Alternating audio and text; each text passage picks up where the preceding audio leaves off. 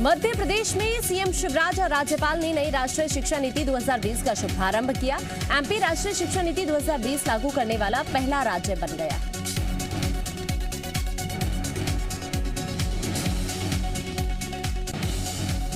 देश में कोरोना संक्रमण की रफ्तार ने चिंता बढ़ा दी है। 24 घंटे में 46,164 नए केस सामने आए, जिनमें से अकेले केरल में 31,445 नए मामले सामने आए हैं। 24 घंटे में केरल में कोरोना से 215 लोगों की मौत हुई, जबकि पूरे देश में 24 घंटे में 607 लोगों की जान गई।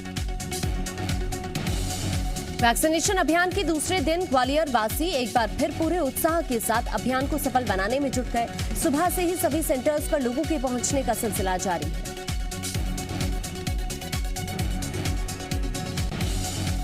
ग्वालियर में वैक्सीन लगवाने पहुंचे लोगों का कहना है कि कोरोना से बचने के लिए दोनों डोज लगवाने जरूरी है, क्योंकि जिस तरीके से केरल सहित और राज्यों में तीसरी लहर दस्तक दे चुकी है, ऐसे में लापरवाही भारी पड़ सकती है।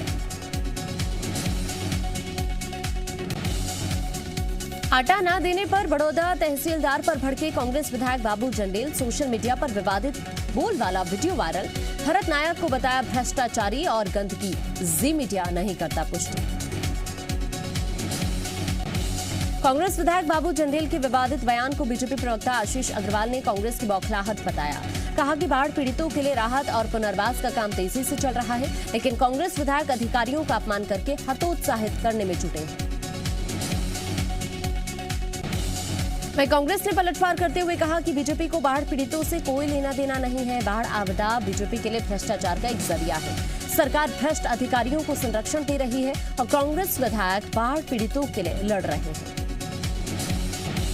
इंदौर में प्रदर्शन के दौरान जीतू पटवारी के हाथ में माइक लिए पुलिस बैरिकेडिंग पर बैठने वाले वीडियो पर एमपी बीजेपी के प्रदेश मंत्री रजनीश अग्रवाल ने निशाना साधा। उन्होंने कहा कि कांग्रेस में नेताओं के बीच एक दूसरे को पछाड़ने की प्रतियोगिता चल रही है। एमपी में उपचुनावों से पहले कमलनाथ की बाबाओं से मुलाकात जारी है। कमलनाथ ने कल मिर्ची बाबा और कंप्यूटर बाबा से मुलाकात की। पहले कमलनाथ ने मिर्ची बाबा के साथ मिलकर पूजा की और फिर कंप्यूटर बाबा से भी कमलनाथ ने मुलाकात की। रायपुर में बढ़ती आपराधिक घटनाओं के बाद पुलिस विभाग में बड़ा फेरबदल किया गया है। रायपुर में 20 टीआई और 2 एसआई का तबादला किया गया है। एसएसपी अजय यादव ने तबादला आदेश जारी कर दिया है। मध्य प्रदेश के कई जिले भले ही बारिश के इंतजार में हो, लेकिन मानसून ने प्रदेश से मुंह मोड़ लिया है। मौसम विभाग के अनुसार प्रदेश में फिलहाल कोई सिस्टम एक्टिव नहीं है। मौसम विभाग ने साफ कर दिया है कि अभी तेज बारिश के कोई आसार नहीं है। मौसम विभाग का यह भी कहना है कि महीने के अंत में नया सिस्टम के एक्टिव होने से अच्छी बारिश की उम्मीद है। हालांकि अगले 24 घंटों में रीवा और सागर में गरज चमक के साथ सभी संभागों में बौछार की संभावना है। दुर्ग जिले में चुनावी तैयारी शुरू हो चुकी है। आगामी पंचायत और नगरीय निकाय चुनाव के लिए वोटर लिस्ट तैयार किए जाने के लिए कार्यक्रम जारी किया गया है, जिसके तहत वोटर लिस्ट 28 अगस्त को जारी की जाएगी।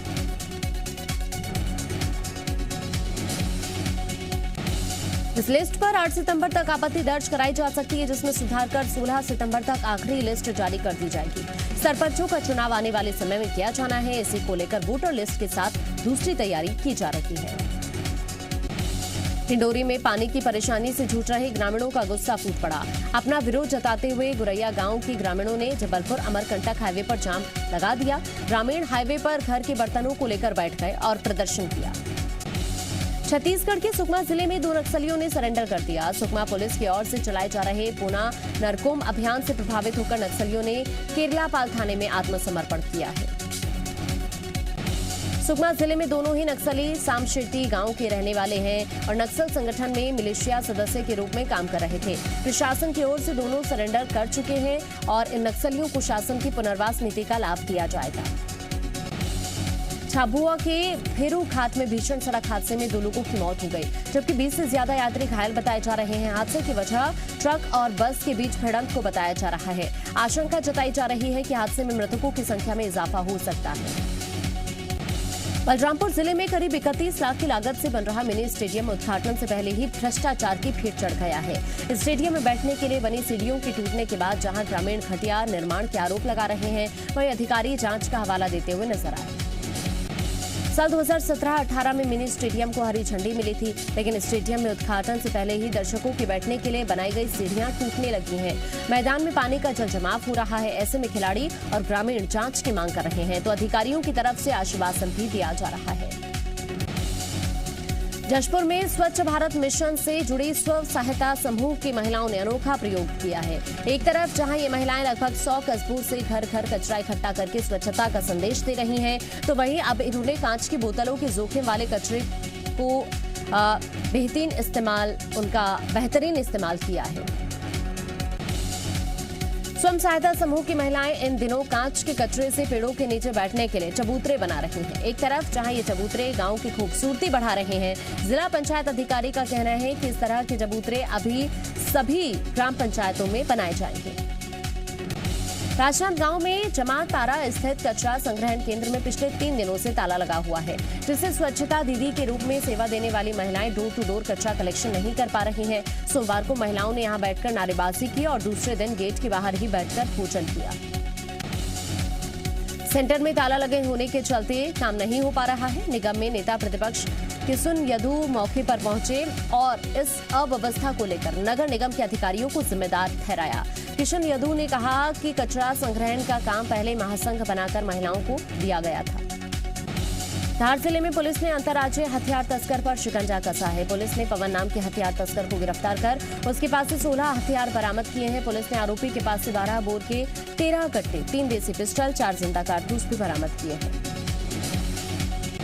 धार एसपी आदित्य प्रताप सिंह ने बताया कि आरोपी पवन पिस्टल और कट्टा बनाकर मध्य प्रदेश, पंजाब, दिल्ली समेत कई राज्यों में सप्लाई करता था। आरोपी के खिलाफ दिल्ली और मध्य प्रदेश में कई मामले भी दर्ज हैं। हथियार तस्कर के दामाद सुरजीत को पुलिस कुछ दिन पहले ही गिरफ्तार कर चुकी है। गरियाबंद एसपी पारुल माथुर ने सुरक्षा बलों की बैठक ली, जिसमें पुलिस बल के साथ साथ सीआरपीएफ और सीएफ के जवान भी मौजूद रहे। बैठक में नक्सलियों से निपटने की रणनीति बनाई गई। एसपी ने अपने संबोधन में कहा कि नक्सल गतिविधियों पर कड़ाई से लगाम लगाना है, जिसके लिए हमें अपनी सर्चिंग और रणनीति के हिसाब से काम करना होगा। उड़ीसा बॉर्डर पर विशेष ध्यान देने की जरूरत है। शाहजहांपुर के नरोला गांव में घर से लापता हुई 17 साल की नाबालिग का शव गांव के तालाब में तैरता हुआ मिला। ग्रामीणों की सूचना पर शुजालपुर पुलिस मौके पर पहुंची और शव को तालाब से बाहर निकालकर पोस्टमार्टम के लिए सिविल अस्पताल भिजवाया गया। शाहजहांपुर का मामला 23 अगस्त का है। परिजनों की शिकायत पर पुलिस ने मामला दर्ज किया था। परिजनों ने 3 युवकों पर लड़की को गायब करने का आरोप लगाया था। फिलहाल पूरा मामला प्रेम प्रसंग से जुड़ा बताया जा रहा है। सतना के कोटरा इलाके में एक युवक को अगवा कर उसके साथ 3 युवकों ने जमकर मारपीट की। वीडियो बनाया। पिटाई के बाद युवक को नदी में डुबाने की भी कोशिश की गई। सतना मामले में पीड़ित दीपक सिंह ने हिमांशु तिवारी, नीरज और विनय के खिलाफ कोटर थाने में शिकायत दर्ज करवाई है। पुलिस ने आरोपियों के खिलाफ मामला दर्ज कर लिया है। फिलहाल सभी आरोपी फरार हैं। छत्तीसगढ़ के कोंडा गांव में 2 दिन पहले हुए सड़क हादसे का सीसीटीवी फुटेज सामने आया। सड़क हादसे का दहला देने वाला ये वीडियो NH 30 का है, जिसमें एक ट्रक 4 लड़कों को रौंदता हुआ चला गया। फिलहाल पुलिस ट्रक और उसके चालक की तलाश में जुटी हुई है। छतरपुर के गौरीहरी में दर्दनाक हादसे में टेंट हाउस के कर्मचारी की मौत हो गई। बीजेपी प्रदेश अध्यक्ष VD शर्मा और मंत्री मोहन यादव की सभा के लिए मंच बनाया गया था। रात में बारिश होने से मंच पर करंट फैल गया, जिसकी चपेट में आने से अरविंद की मौत हो गई। अशोकनगर के NH 346 पर भीषण सड़क हादसे में 2 लोगों की मौत हो गई, वहीं 3 लोग घायल हुए हैं। यहां एक पिकअप ने बाइक को जोरदार टक्कर मार दी। बाइक पर 5 लोग सवार थे। मृतकों में एक 7 साल के बच्चे भी शामिल है। फिलहाल पुलिस मामले की जांच कर रही है। बिलासपुर में 6 रैकेट चलाने वाले गिरोह के फरार आरोपी को पुलिस ने गिरफ्तार कर लिया है। मुखबिर की सूचना पर सरकंडा पुलिस ने आरोपी राजेश को रेलवे स्टेशन से गिरफ्तार किया, जहां से वो भागने की फिराक में था। पूछताछ में आरोपी ने अपना गुनाह कबूल कर लिया है। मामले में पहले ही आरोपी मां बेटी गिरफ्तार हो चुकी है। पूरे मामले का खुलासा 26 जुलाई को हुआ था, जब एक युवती ने थाने पहुंचकर जहर पी लिया था। पीड़ित ने पुलिस को बताया था कि दंपति और उसकी बेटी ब्यूटी पार्लर की आड़ में 6 रैकेट चलाती है। सिंगरौली में रोजगार मेले के दौरान बेरोजगार युवकों को नौकरी की जगह थाना प्रभारी के गुस्से का सामना करना पड़ा। कांग्रेस के पदाधिकारियों ने कलेक्टर और एसपी से दोषी थाना प्रभारी के खिलाफ लिखित शिकायत करते हुए कार्रवाई की मांग की। अंबिकापुर पुलिस ने रिटायर्ड शिक्षिका की हत्या का खुलासा करते हुए 2 आरोपी गिरफ्तार किए, जिनमें से एक आरोपी शिक्षिका के घर काम करने वाली नौकरानी का बेटा है। हत्या के बाद आरोपी महिला की कार लेकर फरार हो गया था। पुलिस ने पीछा कर कार को रोका और अनुराग सिंह मरकाम और पृथ्वीराज मैना नाम के 2 लड़कों को हिरासत में लिया। पूछताछ में खुलासा हुआ कि पृथ्वीराज की मां रिटायर्ड शिक्षिका शांति पटेल के घर में नौकरानी का काम करती थी, जिससे वो कई बार मृतक महिला के घर भी जा चुका था। छिंदवाड़ा में नकाबपोश बदमाशों ने सिगरेट फैक्ट्री को निशाना बनाते हुए करीब 3 करोड़ की लूट को अंजाम दिया है। वारदात इरोमा सिगरेट फैक्ट्री में हुई, जो ग्राम सिवनी और राजना के बीच स्थित है। घटना की रात 8 से 10 बदमाश फैक्ट्री में घुस आए और वहां मौजूद सिक्योरिटी गार्ड को बंधक बना लिया। आरोपी फैक्ट्री से 300 सिगरेट के बॉक्स अपनी गाड़ी में रखकर फरार हो गए और पुलिस ने जिले में नाकाबंदी कर आरोपियों की तलाश भी शुरू कर दी है। उज्जैन की चिमनगंज मंडी पुलिस ने अवैध रूप से रखे रासायनिक पदार्थ का जखीरा बरामद किया है। मामला नगरकोट मंदिर के पास का है। आरोपी नाजिम के मकान से पुलिस ने मुखबिर की सूचना पर 2800 लीटर एसिड और अन्य रासायनिक पदार्थ पकड़े थे।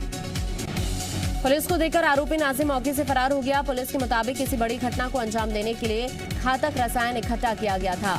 आरोपी नाजिम के खिलाफ हत्या और हत्या के प्रयास का मामला नीलगंगा थाने में पहले से ही दर्ज है, जिसमें वो जेल भी जा चुका है। सागर के कोलुआ अमरसा गांव में गड्ढे में डूबने से 2 बच्चों की मौत हो गई। एक की उम्र 15 और दूसरे की उम्र 12 साल बताई जा रही है। गांव के पास खोदे गए एक गड्ढे में बारिश का पानी जमा था। दोनों बच्चे खेलते खेलते गड्ढे में चले गए। सागर हादसे की सूचना मिलते ही मौके पर डायल 100 की टीम पहुंच गई। दोनों बच्चों को गड्ढे से बाहर निकाला तो उनकी जान नहीं लेकिन बच पाई। पुलिस ने शव को पोस्टमार्टम के लिए भेज दिया है। ग्वालियर शहर में गुंडे बदमाशों के हौसले काफी बुलंद हो रहे हैं। आज शहर में 2 बदमाशों ने दिन दहाड़े लूट को अंजाम दिया। कांतिनगर इलाके में स्कूटी से जा रही एक महिला को बाइक सवार बदमाशों ने रोक लिया और कट्टे की नोक पर उसकी सोने की चेन लूट ली। खरगोन के मोहनपुरा ग्राम पंचायत का रोजगार सहायक रिश्वत लेते रंगे हाथ गिरफ्तार किया गया है। पीएम आवास की तीसरी किस्त के लिए किसान ने रोजगार सहायक ने 5000 रुपए मांगे थे, जिसकी शिकायत उसने इंदौर लोकायुक्त एसपी से की थी। लोकायुक्त की टीम ने जाल बिछाकर रोजगार सहायक लोकेश जैन को रंगे हाथ गिरफ्तार किया। पीड़ित किसान के मुताबिक पहली और दूसरी किस्त के लिए 5-5 हजार रुपए रिश्वत ली थी। स्थानीय प्रशासन में सुनवाई नहीं हुई तो उसने लोकायुक्त से शिकायत की।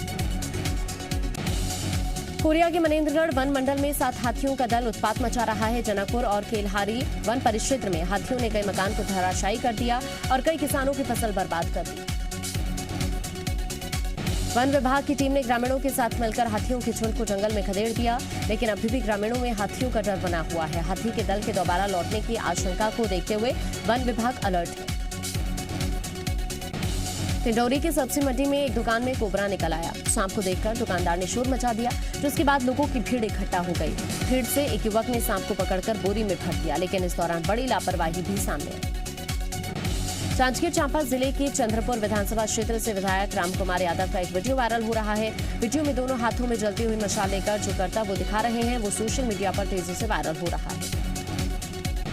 इंदौर के एक व्यापारी ने प्रधानमंत्री मोदी की चांदी की मूर्ति बनाई है। ये मूर्तियां व्यापारी ने बेचने के लिए बनवाई हैं। निर्मल वर्मा ने 150 ग्राम चांदी की 2 मूर्ति ऑर्डर देकर बनवाई है। मूर्ति की कीमत 10,500 रुपए है। कानपुर में जर्जर मकान गिरने से बड़ा हादसा हो गया। मलबे में दबकर 3 लोगों की मौत, एक घायल। बेकनगंज इलाके की घटना। अफगानिस्तान के हालात पर सर्वदलीय बैठक जारी। सभी पार्टियों को विदेश मंत्री जयशंकर दे रहे हैं ताजा हालात की जानकारी। अफगानिस्तान से भारतीयों की सुरक्षित वापसी के लिए जारी है ऑपरेशन देवी शक्ति। आज वायुसेना के विमान से काबुल लाए जा रहे 24 भारतीय और 11 नेपाली नागरिक। काबुल एयरपोर्ट पर आतंकी हमले की आशंका। अमेरिका, ब्रिटेन, ऑस्ट्रेलिया ने अपने नागरिकों को अलर्ट किया, सुरक्षित जगहों पर जाने के लिए कहा। तालिबान से चीन की दोस्ती हुई जग जाहिर। चीन ने तालिबान से किया राजनयिक संपर्क स्थापित करने का दावा। विदेश मंत्रालय के प्रवक्ता ने कहा, अफगानिस्तान की शांति और पुनर्निर्माण में रचनात्मक भूमिका निभाने के लिए तैयार है चीन।